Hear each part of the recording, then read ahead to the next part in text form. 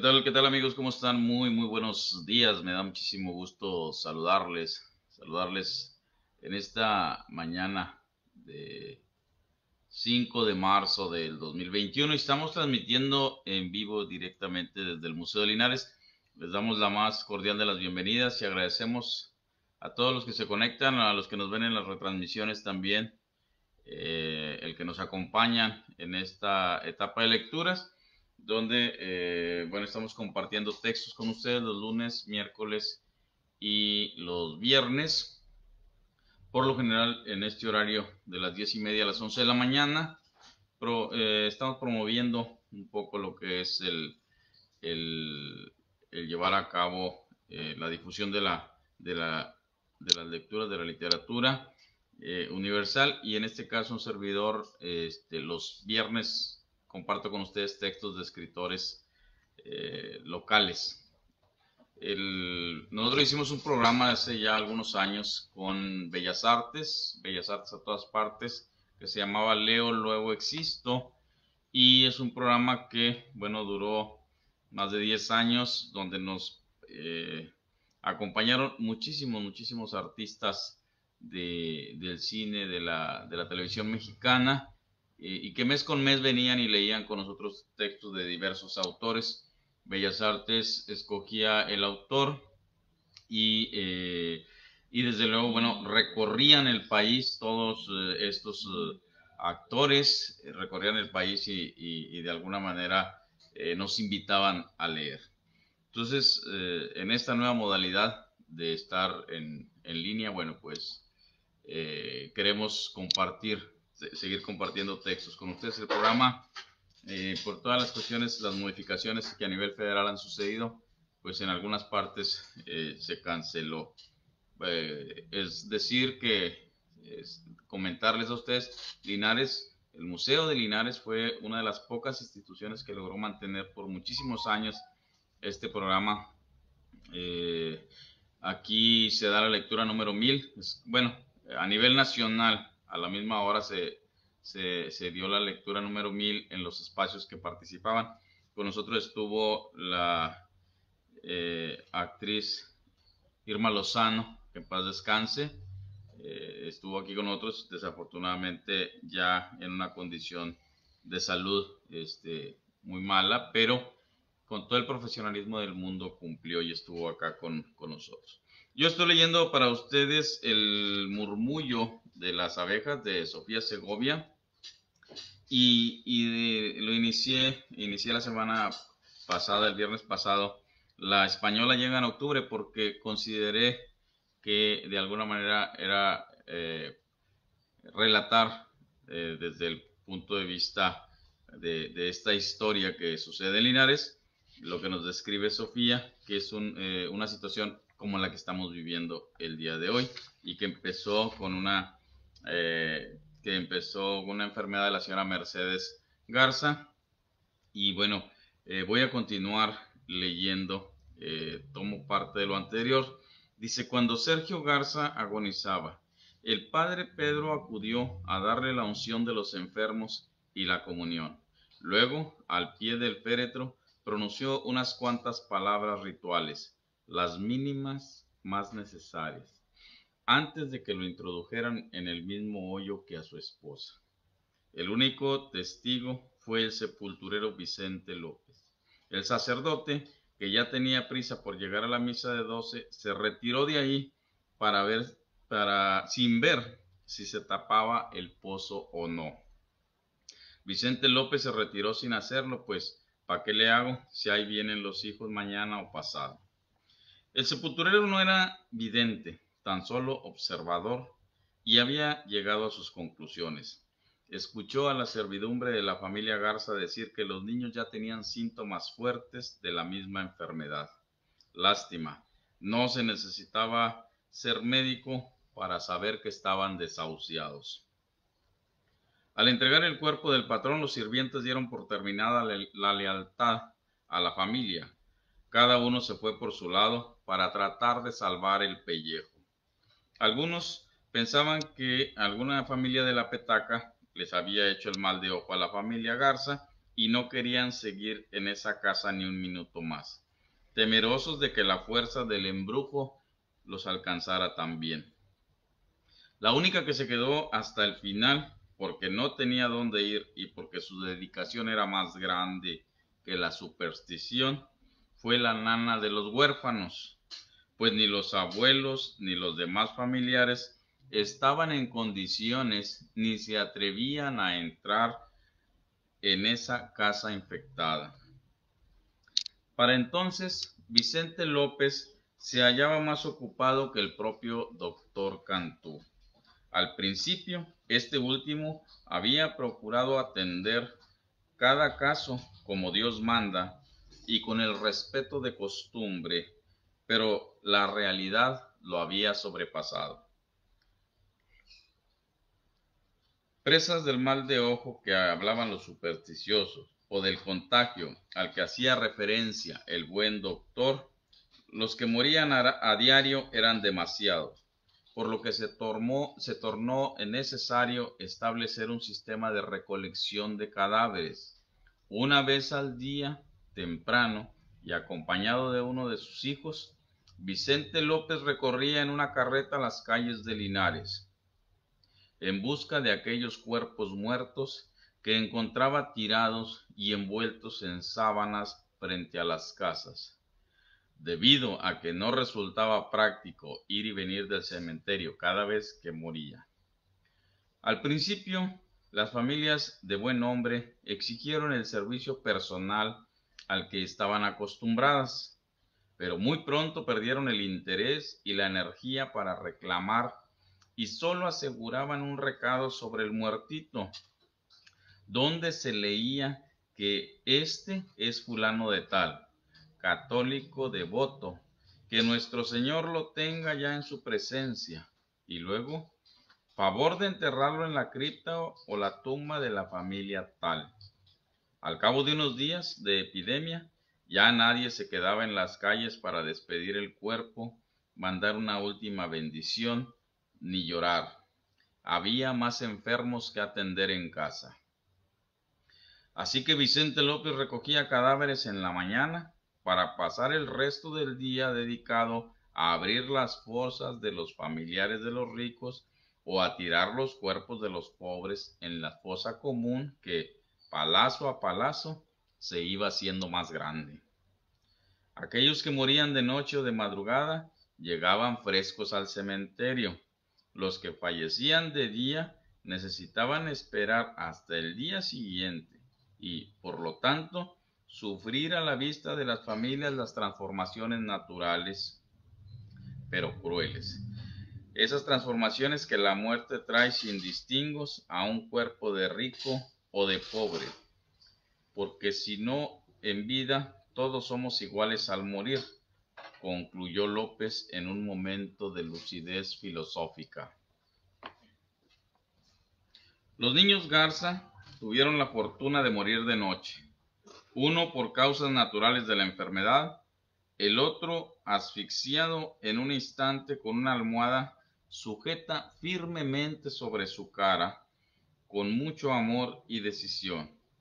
Aunque se llevaría a la tumba la confesión de su crimen, su nana esperaba, con el último fervor que le quedaba en el espíritu, que Dios no se lo cobrara muy caro y entendiera que ya no había soportado atestiguar el enorme sufrimiento en tan pequeño y querido cuerpo. El sepulturero la encontró en la calle, acostada, inerte y mal envuelta en una mortaja blanca, entre los dos niños que tanto había querido. Subió a uno y luego al otro a la carreta. Cuando llegó el turno de la nana, López esperaba sentir la frialdad de su cuerpo sin alma, pero notó que ardía en fiebre. Así no me la puedo llevar. Ella abrió sus ojos opacos. Lléveme, dijo. Pero doña, sigue viva. ¿Por qué se acostó aquí? Pa' morirme ya y no después. Porque si no me salgo a morir, me muero adentro. Y luego, ¿Quién me saca a la calle? Ya no queda nadie. Esa nana fue la primera persona que López encontró aún con vida a la espera del enterrador, mas no la última. Madres con hijos agonizantes que veían con horror el transcurrir de las horas de oscuridad, a sabiendas que pronto pasaría la carreta y que su crío no terminaba de morir. Lo sacaban y amortajaban aunque les quedara un hilo de vida. Nada se podía hacer por ellos, salvo intentar que llegaran frescos al cementerio. Algunas se acordaban de mandarlos con una bendición o una medallita prendida a su lienzo. Vicente López ya no preguntaba ni averiguaba. Entendía aquel sentido práctico y se los llevaba a todos, muertos o vivos. Pues muchos vivos llegarían muertos tras el recorrido, como sabía por experiencia. Algunos se aferraban a la vida un poco más. A esos los dejaba a un lado del pozo para que el tiempo y la enfermedad los terminaran de matar.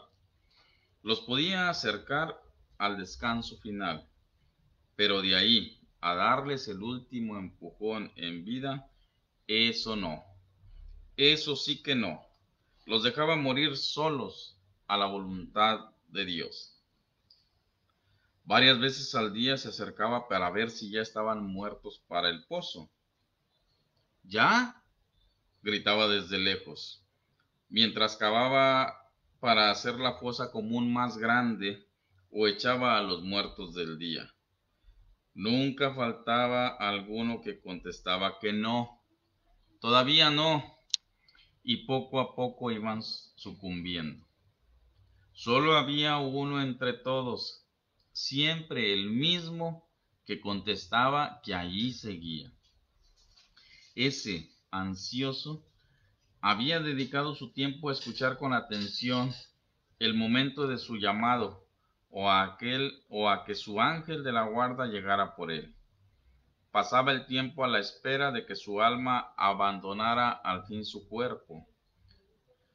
Cansado de ver los días pasar, de esperar y esperar con paciencia a ser llamado a la presencia divina, a observar el enterrador tirar cuerpo tras cuerpo, empezó a aburrirse.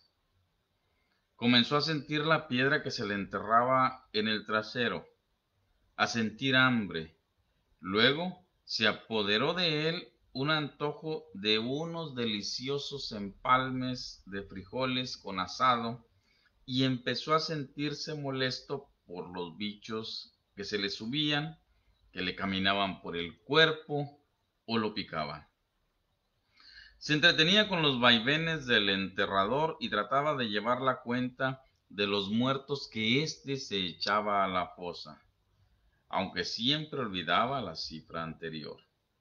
Se acomodaba y reacomodaba la mortaja en la que lo había envuelto su madre mientras le daba la última bendición y le decía: ve con Dios, mijo, que allí nos vemos luego. Suponía que cuando la propia madre lo daba a uno por muerto, uno también debía de asumirlo. ¿Qué remedio quedaba? Recordaba la calentura y el malestar de los primeros días y en sus momentos de cordura, cada vez más apreciados, cuando la fiebre lo soltaba un poco, lamentaba las cosas que no había tenido tiempo de hacer. Se lamentaba por nunca haberle regresado a su amigo las botas prestadas, o por nunca haberle enviado aquella carta de amor a Luz, su vecina, tras robarle un beso. Pero ya tirado en la calle, con la bendición materna encima y la carreta a punto de recoger su cuerpo, pues ya qué. Había llegado al cementerio atolondrado por la enfermedad, sin recordar muy bien el trayecto en la carreta. 3 días después, erradicada la fiebre y tumbado al borde del pozo, se sentía completamente alerta y harto. Poco a poco se había alejado de la orilla por miedo a rodarse mientras dormía, a caer por accidente y a que lo dieran por muerto. O caerse, romperse el cuello y morir de verdad. Cada vez que salía el enterrador a preguntar si ya te moriste, contestaba que no. Al principio con debilidad, después con más fuerza. Todavía no. Para el tercer día gritó con toda la fuerza que era capaz. Aquí sigo. ¿Y me da un poco de agua? Había sido testigo del proceso de muerte de cada uno de sus vecinos desahuciados. Cada uno había fallecido de manera diferente. Uno en silencio, el otro con una gran alaraca entre toses, ahogos y lamentos. Pero ninguno de los dos sintió por un momento, estaba seguro, aburrimiento ni hambre. Sabía que si acaso habían tenido tiempo y cordura para pensar en algún deseo, habría sido uno muy simple: terminar con su tormento lo antes posible. Así había llegado a la conclusión de que en el proceso del bien o del mal morir no quedaba mucho tiempo ni energía para el aburrimiento como el sufrido por él, por lo que decidió que pararía de dedicar su tiempo a morir. Su madre tenía un dicho: comezón, sanazón. Pues ahora él tenía uno propio que agregar: aburrición, sanación. Además, la verdad sea dicha, también sentía comezón, muy fuerte y por todos lados. Mientras que a los muertos se los comían los insectos de los muertos, a él se lo comían vivo los que buscaban carne tibia y sangre fresca, carne de vivo. Se levantó, sacudió la mortaja y la dobló con cuidado. Aunque le temblaban las piernas, caminó por primera vez en muchos días. Avanzó con lentitud, impedido por la debilidad y por el temor de asustar al sepulturero, aunque López ni siquiera se inmutó al verlo en vertical. No, compadre, a mí ya nada me asusta. Con ayuda montó en la carreta, esta vez para que el sepulturero lo llevara de regreso al pueblo y directo a casa, sin parar en la cantina, como también venía soñando desde el día anterior, pues estaba deseoso de darle a su madre la buena nueva de su recuperación, para que se entere por mí y no por otro lado, porque se imagina la impresión, don Vicente. Pues sí, no hubo tiempo de imaginar tal impresión. Al abrir la puerta y verlo, la madre, que ya en su dolor luctuoso imaginaba a su hijo aguzanándose en la sábana verde con la que lo había envuelto moribundo, solo alcanzó a lanzar un gran grito antes de desplomarse. Ante la mirada atónita del resto de la familia y de los vecinos que se asomaban por las ventanas. Práctico como siempre y consciente del largo recorrido mortuorio que aún le quedaba por delante, Vicente López le dijo que había sido su único pasajero de ida y vuelta. ¿Me ayudas a subirla a la carreta? Y práctico, como necesariamente se convierte uno que regresa casi desde la mismísima puerta del cielo, éste le contestó que sí. Y pobre mamá, ya le tocaba.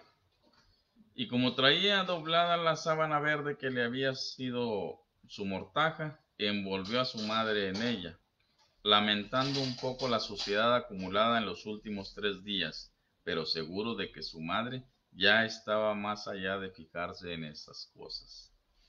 Poco a poco, los vecinos, que tenían días de no atreverse, salieron de sus casas a atestiguar maravillados el suceso y luego a compartir la noticia. En esos días las puertas de la catedral se mantenían cerradas, ya que por orden del gobierno federal todo centro de reunión debía permanecer cerrado. Teatros, cines, bares y por supuesto iglesias.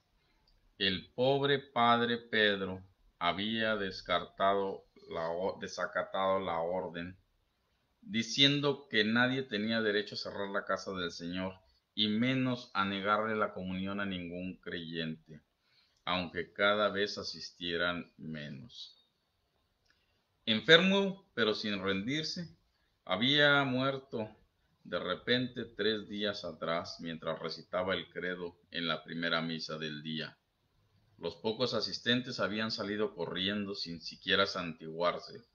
Su cuerpo debía esperar el día y la noche entera para que el sepulturero pasara por él, velado desde la entrada de catedral por su joven asistente, el padre Emigdio.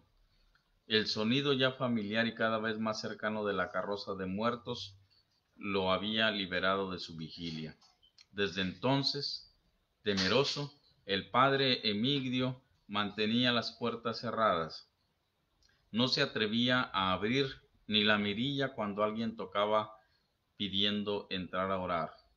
El único que rezaba en esos días, y eso hacía justo cuando llamaron con insistencia a las puertas de catedral, sorprendido y alarmado por los múltiples puños que tocaban obstinados, hizo una excepción y abrió la mirilla. ¡Milagro, padre! ¡Milagro! ¿Cuál milagro? Emocionado y deseoso de que le dijeran que el contagio había terminado, abrió las puertas de par en par. Lázaro resucitó. Y bien, esta es parte de la Española llega en octubre. Es un texto, prácticamente les estaba relatando lo que sucedió en estos, y está sucediendo en estos días desde el principio.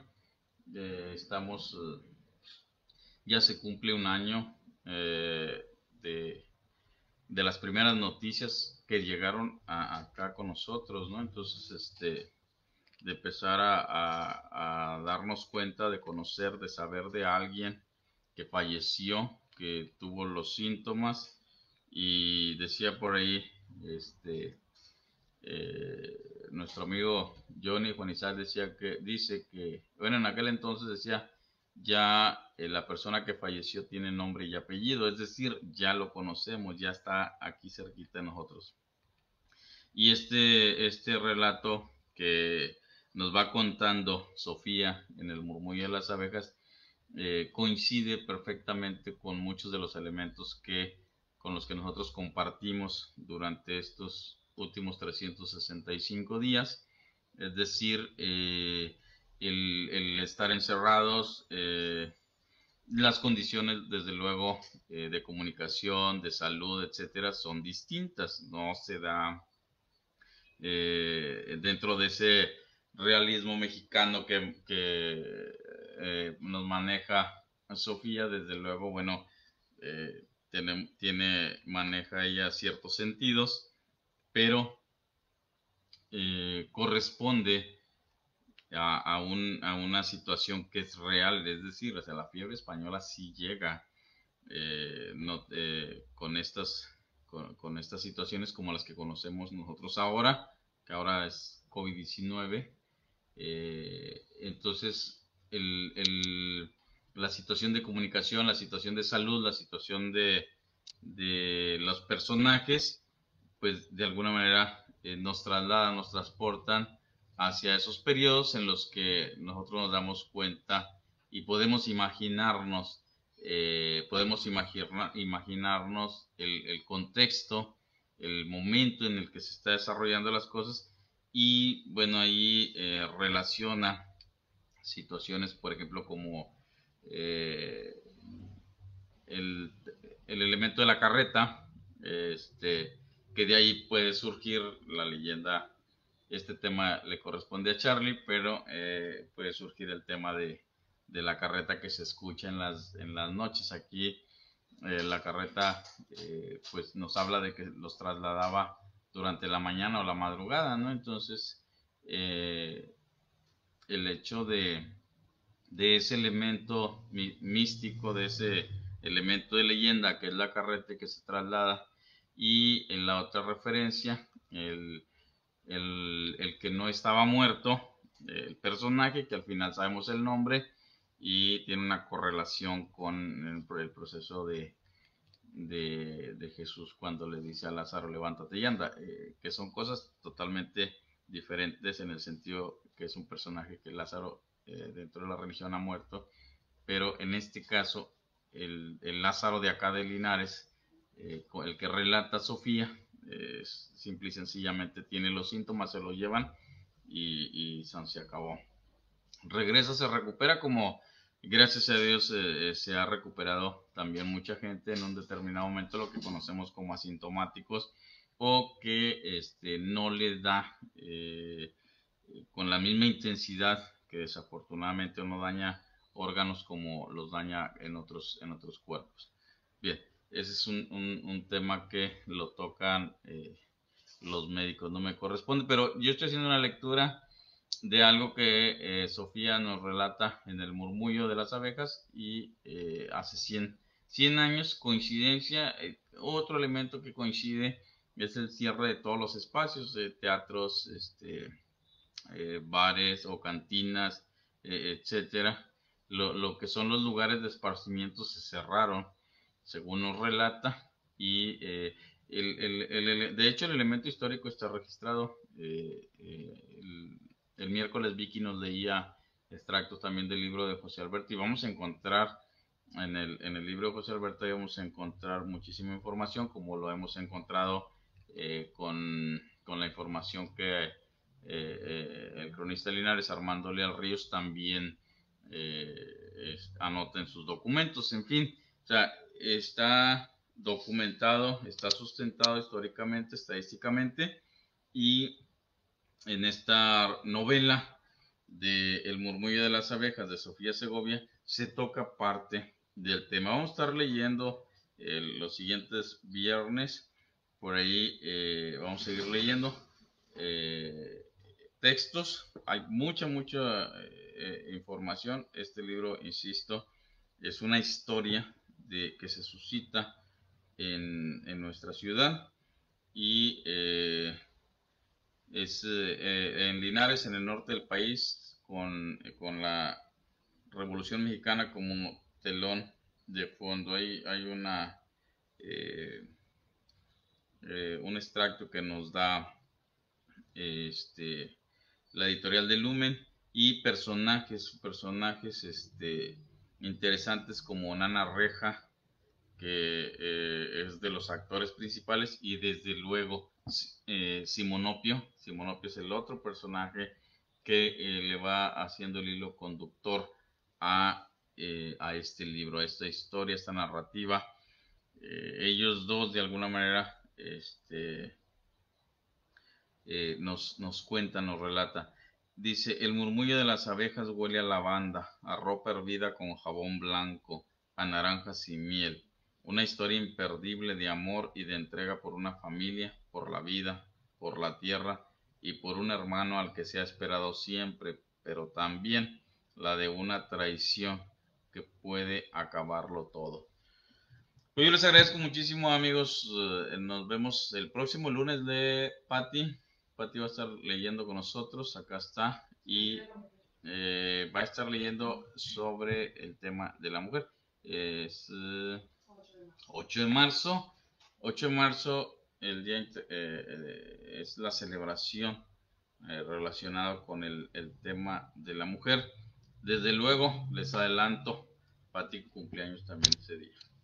¿Verdad? Entonces ahí la pueden saludar, la pueden felicitar, amigos. Entonces, Victoria también cumpleaños, bueno, mañana, que está por acá. Saludamos con todo gusto a nuestros amigos del Tecnológico de Linares. Un saludo para su directora, la maestra Lourdes. Vamos a estar trabajando con Victoria y Alan, que están acá. Alan, sí, ¿verdad?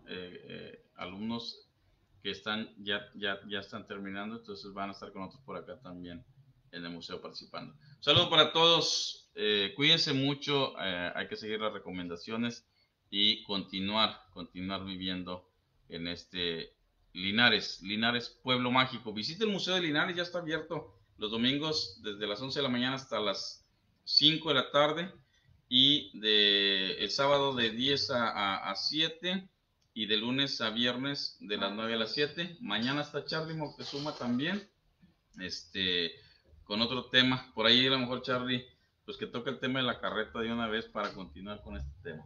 Nos vemos, gracias, cuídense mucho. Excelente fin de semana. Hasta luego.